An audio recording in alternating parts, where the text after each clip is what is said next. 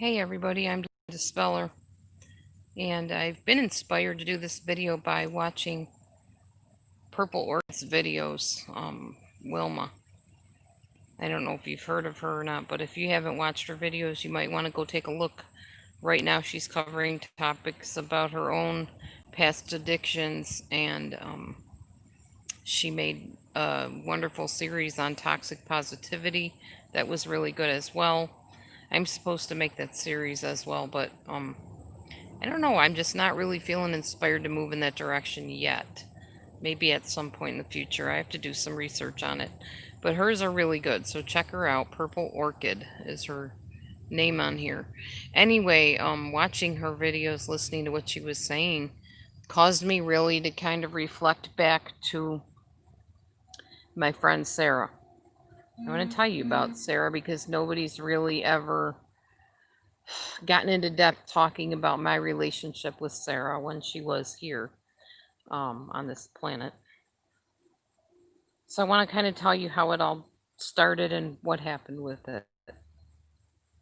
Hey, Robbie. So, pardon me. I met Sara through my ex-husband. Those of you that know my story about my second ex-husband, he got involved in a really bad alleged situation. I won't get into details, but he ended up in jail for almost a year. I ended up divorcing him while he was in jail. And flash forward about a year or so ahead after he got out, I believe it was, he decided he wanted to come and, make contact with me again and introduce me to his new girlfriend. He was basically like, I finally got over you, because in jail, when I would go and visit him, he would be like, I can't let you go, I can't let you go. He was learning disabled, among other things. I don't know if he was Asperger's or what he had going on, but he definitely had some mental things that caused him to change his stories a lot and make up things and out lie and embellish truths and, that kind of thing. All the time I was married to him and even while he was in jail. So he got out of jail and he decided to call me and tell me he wanted me to meet Sara, his girlfriend. She was his everything. She was his night and day and whatever. Now, obviously, somebody that didn't have mental or psychological disorders might kind of think about, well, gee, I'm talking to my ex-wife who I just recently divorced. This might kind of hurt her a little bit or make her feel bad. No, he didn't consider that. And honestly, I'm not the type of person that holds grudges. So I was more than happy to meet her because it was like, I've moved on, so you deserve to be happy too. I decided to meet her. So they pulled up in his or her van, this van they were making payments on. And I got to meet Sara. And actually, we clicked like really quickly. We got along fabulously. We were able to kind of compare notes and talk about my ex husband, Sel, is what I call them. They have another name that they call him. Um, and I was like, did he do this and that and whatever? You know how women compare notes about exes and stuff and current. Um, and we just hit it off. We became really, really close friends. And after a while, Matthew and I would go up to Sara and Sel's apartment, well, their house, actually, they were renting also. We would hang out together and we would have dinner together. We had a few dinner picnics together and stuff like that. And it was wonderful. We thought, it was a nice couple to couple relationship. That's something both Matthew and I wanted because we're kind of an eccentric type of couple. I'm almost 54 and Matthew's only 37, so there's 17 years between us. And it's not the norm, obviously. But we found a couple that accepted us and we accepted them. And no, they were not married. They were living together, which those of you that know my beliefs about that know that I'm against that. But we still stayed up there and, spent the night sometimes and hung out with them. And after a while, they kind of, they'd pay me at first, like to take them places, like if they needed cigarettes or Sara drank, so she'd go and get wine or whatever. It never dawned on me as much as, thank you, honey bunches, as much as I do too. I'm glad I can wear it at least for video since I got to cover it with a mask most of the time. it never dawned on me that she was alcoholic. And, in spite of the fact that my master's degree is in addictions counseling, it's not like I really ever used my master's degree. I've never worked in addictions counseling. So I didn't recognize it. I just thought, oh, she likes wine. And, I'd have a sip every now and then. You guys know me with wine. It's like a capful here and there, like once in a great while, not every day, even not even every week, just whenever. Oh, wine would taste good right now. I'll just take a sip, pour it in the cap of the wine bottle, and swig it. That's about it. That's my wine drinking. Anyway, I didn't realize just how deep of a problem it was. Hey, Trisha. And over time, um, it got really bad, guys. We would spend time overnight and they would get into some really bad fights, like screaming, yelling. We'd be sound asleep and all of a sudden something would fly through the room and hit the wall, and you'd hear the two of them yelling in the next room, and it was really, really bad. A couple times I was like, Matthew, let's just go because I can't deal with this. I'm not staying in a toxic environment like this. It makes me very uncomfortable. I love them as friends, but if this kind of stuff is going on, I can't be here. So we would leave early, and they really wouldn't even notice. They were caught up in their toxicity and their fighting and whatever. So we would leave, and I'm just walk around my yard a little bit because this sun is getting on my nerves. Um, we would leave, and I'd come home and I'd be like, I can't do this anymore. We can't be friends with them.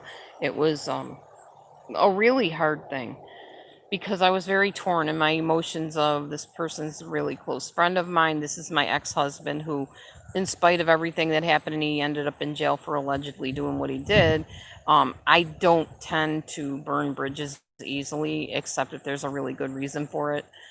So I didn't with him, and I was friendly with him. I realized he definitely had a learning disability, and he had gotten worse in jail. His brain was just not, you know, coherent enough like it should be. Anyhow, basically, I wanted to try to figure out how we could still stay friends but not get caught up in this whirlwind of toxicity. And it's very difficult because when you feel close to somebody, you don't want to enable, but you also don't want to be somebody that is mean about it. I didn't want to be cruel. I didn't want to be judgmental, if you want to call it that, because she trusted me and I was forming this new friendship and it felt good to have a couple to hang out with, so I didn't want to ruin that. Well, time went on and we started getting phone calls like in the middle of the night. You need to come up here right now. Sarah's flipping out and she's throwing stuff and she's threatened me and she hurt me and she punched me, and it got really, really bad. Oh, thanks, Sherry. Um and it was like, well, I don't know what to do, and they're like, well, you're trained in addictions counseling. You can come up. I love it when they know that you're trained in something and all of a sudden you're the expert and you're going to save the world. I was like, well, yeah, I'm trained in it, but it's not something I've really dealt with firsthand. And they're like, well, just come up here. She needs you. And hey, Tracy. So I went up to Sarah and Sal's house, and Sarah was on the bed doing what a lot of alcoholics, in my experience, I've had other friends that had this problem, would do. God hates me. God's gonna send me to hell. I'm such a terrible, awful person. Do you think he'll ever forgive me? And I'm like, thank you, Tracy. Um, and I would try to comfort her, no, it's okay. I'm here. She's like, I know, but I'm just such an awful person. Why do I keep doing this? I want to stop. I don't know how to stop. And I said, we're going to get you some help. Don't worry. We ended up taking her to a rehab center locally. She was there for quite some time. We even went up there and visited her. And then eventually she got out like a few days later, however long later it was. I lose track of that time. And hey, Sherry, or Cherry, sorry. Um, she got out of the rehab center.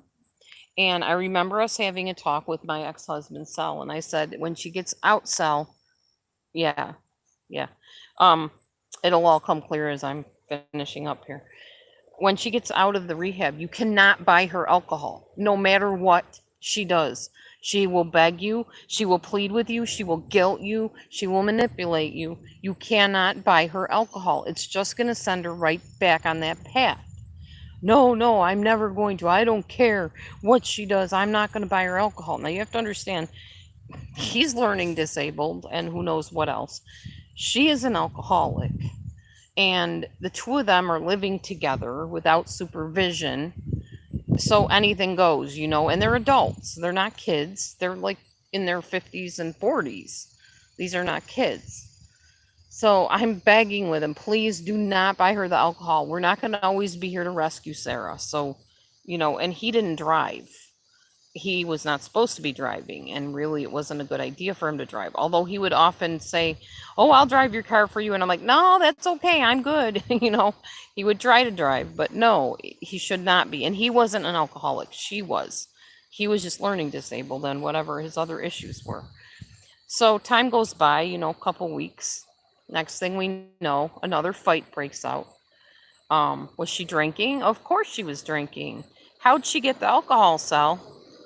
Well, she said she needed it and I feel bad for her. I said, what did I tell you? It was like teaching kids. It was really frustrating. And I hate being in that place with adults because it's like adults should know better, Well, whether they know better or not, it doesn't always happen that way that they're doing better. So a couple more fights happened when we stayed there, and I just finally told Matthew, look, we got to cut it off. I mean, I can't keep doing this. They obviously are going to just keep on buying this alcohol and putting it in the house. All right, so time went on. I got the tutoring job. Some of you that have followed my videos for a while remember when I tutored the special ed kids with behavioral disorders, gang members and stuff like that. When I got the tutoring job, I got an idea that maybe if I could give Sarah some sense of purpose, that she would stop the drinking. Maybe she'd go to AA or something and get help, something like that. So I got her the tutoring job. I talked to the principal and I said, she's a really good person. I didn't say anything about the drinking problem because it was a nighttime thing, as far as I knew. I did not know that this woman drank day in, day out, night and day. She had one of those coffee mugs with a lid on it, that you flip open or slide the top or whatever, the plastic thing. Kind of like the one I have, sort of, except hers was dark, so nobody could see what was in it. And lo and behold, Matthew told me one day, he's like, what do you think she's drinking? I'm like, I just thought she had like pop or something. He goes, honey, are you serious? Matthew's a lot wiser than I am to the obvious, I'm kind of oblivious to things that are right in front of me. Sure enough, she had wine in that cup. And she would sometimes, I'm pretty sure, bring it to the school. Don't mark my words on that because I can't prove that. But she always had this cup and it was filled with wine. We over there, and after a while, like when we hung out with her, they would be watching TV, and it was usually horror movies. Another reason I hate horror movies. And Matthew watches horror movies, so him and Sel would sit and watch horror movies. I'd go in the bedroom and go watch Christian shows or something, or just go on YouTube, because I hate that stuff. Anyway, they're sitting there watching these horror movies and stuff like that, and she'd be sitting here drinking the wine, And eventually I caught on to the personality change because I'm definitely a studier of character. I can tell when somebody's character alters, and hers did. She became very quiet and very childlike and very, everything's so funny. I hate wine as far as alcoholism goes. I hate any type of drunkenness or alcoholism. I hate watching people who are drunk. I think they look ignorant and dumb, and it irritates me. So I don't sit in YouTube videos watching people when they're drunk. If I know they're drunk, I won't stay in there. I think it's dumb and it's a waste of time, and it's not putting your best self forward. And it's embarrassing to even be around people that are acting dumb like that.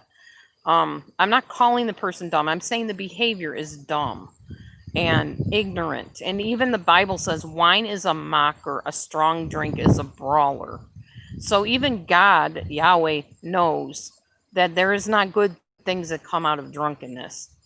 So anyway, I feel very passionate about this. That's why you're hearing me kind of raise my voice and get a little irritated. And it hurts when I'm telling the story. It still really bothers me a lot. and I'll explain why in a little bit.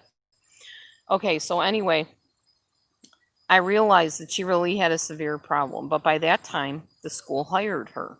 She was the other para. In fact, her classroom was right near mine, and every morning I would go in and talk to her, and I would talk to her about my marriage problems, and she would talk to me about her problems with my ex-husband, her boyfriend, and we had quite a friendship, and even the students knew that we were friends, close friends.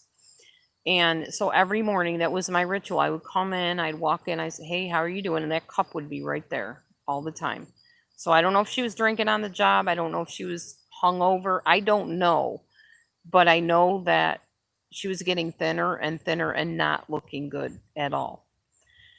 When we would go over to her house, our cats, which we at one point decided maybe selling her, being a new couple, should have a couple fur babies, because that's what Sel and I did. When we first got married, we adopted kitties. That would be Momo and Caramel Kitty. So we wanted them to have kitties, and we had a bunch of cats at that point. So we gave the two kitties to them to kind of adopt, and we noticed our cats were not being taken care of. Their litter box was disgusting. They were not always fed. She would say they don't have money for food, and it was because she was spending it on wine and conning Sal out of his SSI money for wine. And it irritated me and infuriated me and made me so angry. I do not like being around alcoholics because not only are they selfish and they can't help themselves, at some point they can't, but they're also they will lie, they're deceptive. Hey, Nate. And they will steal. They will steal your money, not necessarily take it, although Sal has been known to do that from me in the past. But they will con you out of your money so they can go get their drink or their drug or whatever their addictive thing of choice is. So I noticed my cats were suffering because this woman had an alcoholism addiction. I know, Purple, your videos inspired me to make this one.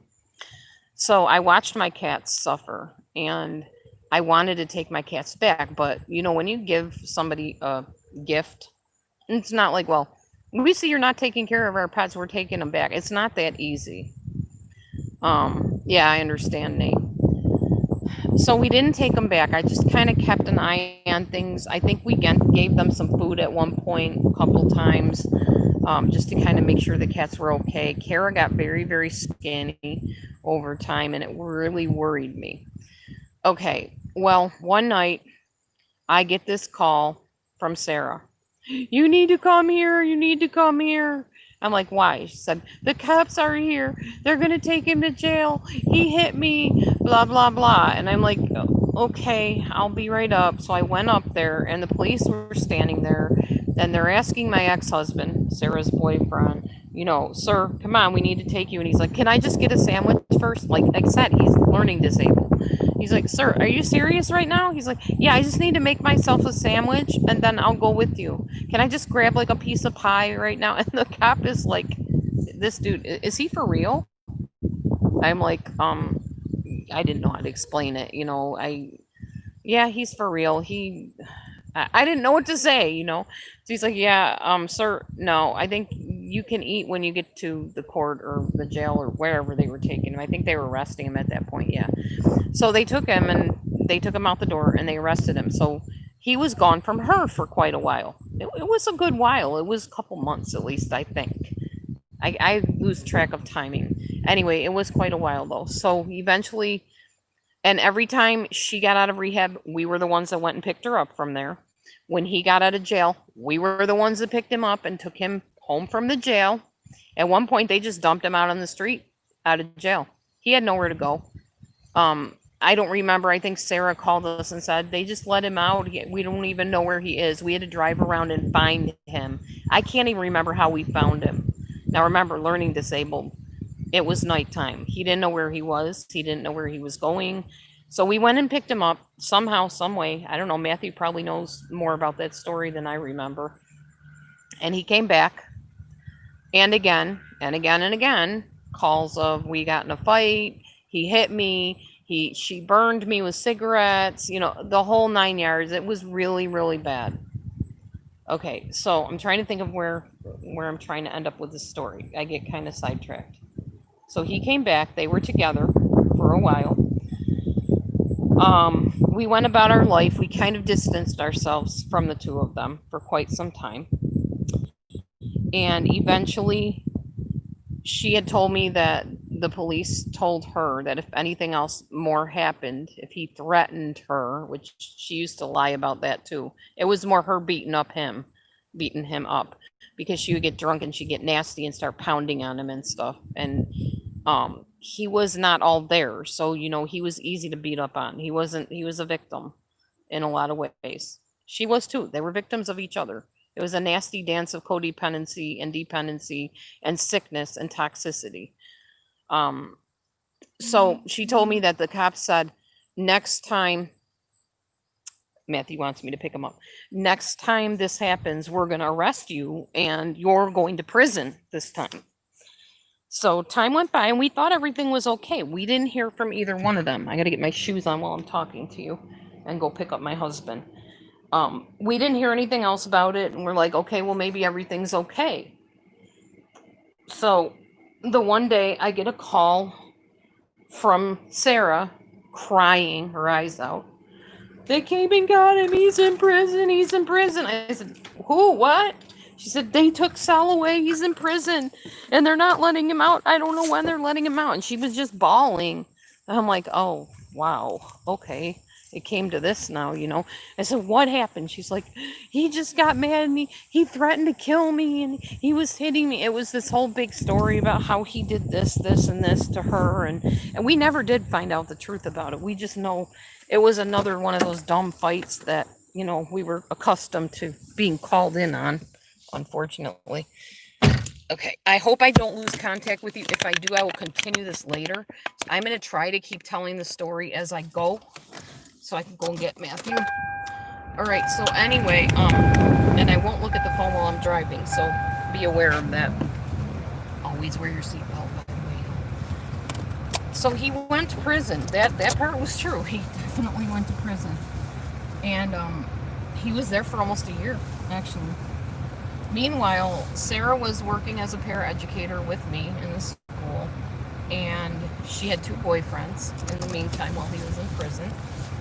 Guys she was very involved with, drinking, of course, all of them, or both of them, and the last one she had was an abuser, physically, and they would sit and drink.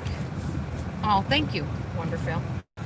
They would sit and drink together and get drunk together and carry on, in a bad way. Anyways, so I didn't know about any of the specifics about the abuse till later, which I'll get to in a minute. So I just, I was a paraeducator, so I was taking care of kids with disabilities, gang members that were jumping each other and beating up teachers and whatever. I was caught up in that world. I didn't think to really investigate more about Sara's issues or whatever. Although, as I said, I did notice she was becoming very, very emaciated and very unhealthy looking, and it wasn't good. And then she introduced me to one of her boyfriends, and he actually looked like he could have been her brother.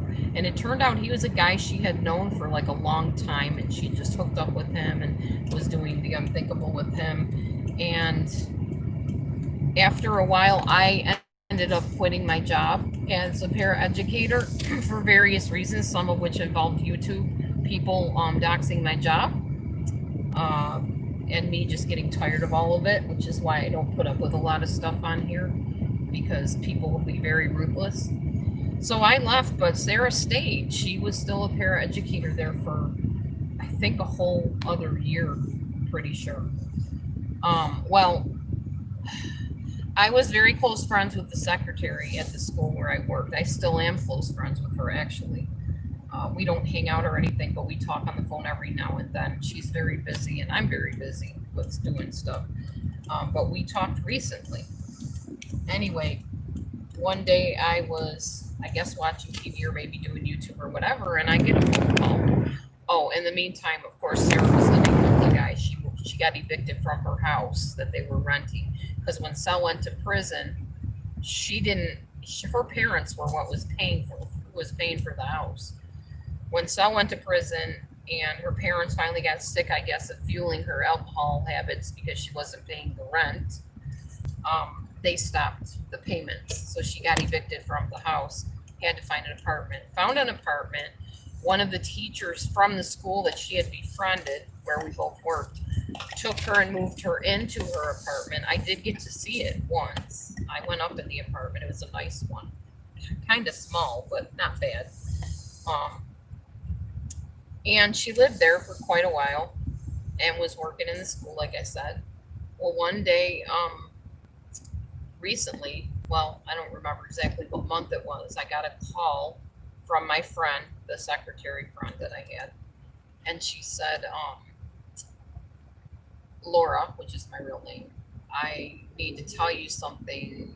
It's really sad news. And I said, really? She said, yeah, Sara blank, her last name, died. And I'm like, what? She said, yeah, they found her, I guess, in her apartment. I think that's what it said. I don't know, it's kind of a blur. She's like, yes, she died. She was really not doing well. She was very, very thin. She was being abused by her boyfriend. And as you know, drinking, because my friend and I had talked about the fact that Sara had a problem. I even went to the principal at one point and basically blew her in. And she said she's gone. I was just like, wow. Okay, so of course I'm grieving and having mixed emotions because I was angry about the alcoholism and I was angry at her for putting my ex-husband in prison for probably a bunch of lies that weren't even close to the truth. So I had a lot of mixed feelings. But then when I thought about it, I was like, she has my cats. And if she died and she was being abused, were they abusing my cats? Were these guys abusing my cats? Were they both abusing my cats? I want to go and see that my cats are okay. So I got in touch with Sara's daughter and I said, Sara and Sal had our two cats that we gave them when they were a couple. What's the possibility of me, finding out, is somebody going to take them? And she's like, no, nobody wants those cats. I'm really glad you called. You come and get them if you want. So I'm like, okay. So the next day I went and picked up my Momo and my Caramel kitty. And that's how I ended up with my kitties. But that story, I'm telling that story because a lot of people don't understand why I get so feisty about addictions and addictive behaviors and like acting out, as they call it. Like certain creators on here like to be very demonstrative in an unhealthy way. And I don't like it and I don't want any part of it.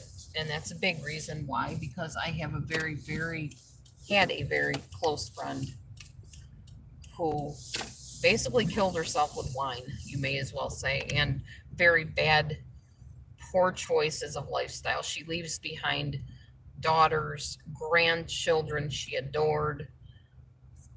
It was bad. It was very, very bad. And I'm so thankful to you, Wilma Purple Orchid, for telling your story, for talking about positive toxicity, and all the things that you've recently made your channel about. They're really helpful videos. And regardless of what anybody thinks of me, there's a side to me that really cares about people and wants to help people, but also knows that there's a balance in that. And there's only so much you can do for people that don't want to help themselves. Sara was a classic example of somebody that just plain got to the end of her rope and did not want the help. Sara also, this is another thing you guys might want to consider in case you know of anybody considering this idea. Sara had the surgery, the bariatric surgery to lose weight years ago. She told me, now I don't know if this is true or not, it very well could be. She told me she had never drunk before like that, before the surgery. And I looked up some information on it, did some research, and found out they are linking bariatric surgery and the weight loss surgery to alcoholism. So before your friend or anybody you know, or maybe yourself, goes and gets that surgery, please, please, please do your research. That surgery is very invasive. They're resectioning your stomach. They are throwing your hormones off. They're throwing your body chemicals off. They're changing the whole way you view food, the way you eat food, the way your body processes it. They're resectioning something that was meant to do a certain specific purpose, and it can cause you side effects and cause you problems and damage, and it can alter the whole rest of your life. So it's a huge, huge decision. Myself personally, first of all, I won't have it done ever. I will lose the weight on my own, or I will be fat, period. And also, what was I going to say? I don't even remember what I was talking about. Well, I know what I was talking about, but I don't remember where I was going with it. I won't have the surgery done. I do believe there's a link to emotional, psychological problems, anxiety, depression. I've watched the experience of several people that had the surgery done, like people close to me, and every single one of them has mental health problems, period. So, put it together, put the cause and effect behind it. Some of them had mental and physiological or psychiatric and psychological problems beforehand, and they got worse after the surgery. So yes, it's nice to be skinny. It's nice to put your before and after pictures out there after you have the surgery. I know what I was going to say. When people used to go online and say, "Oh, I had the bariatric surgery, I had the stomach stapling surgery, and I lost all this weight," I used to get mad. I used to say, "You didn't lose that weight. You cheated. You copped out. Somebody took the weight off of you. You didn't lose it." I used to get really mad about that. And now I realize that people that go through that, honestly, that's not the easy way out. That is much, much more difficult than what I'm doing right now. When you get your stomach shrunk like that, artificially, as I would call it, um, it changes everything. You cannot just go on a binge and be okay with it. So, you know, you can't do that. You have to eat certain things in certain amounts and certain measures. And it totally changes who you are. It changes the way you do things. It's a huge undertaking. So please seek help before you do that. I need to go in. My husband and I have an agreement that the first hour after he gets off of work is our hour together. So I need to go. But I wanted to share all that with you because I thought it was useful information and I wanted you to know my heart on it. So this is in memory of Sara. I love you, Sara. I will miss you forever. Thank you for the good times we've had, and thank you for teaching me some really valuable lessons in life about addiction, about love, and about trauma and forgiveness. Thanks for watching. God bless you, everybody. We'll see you later.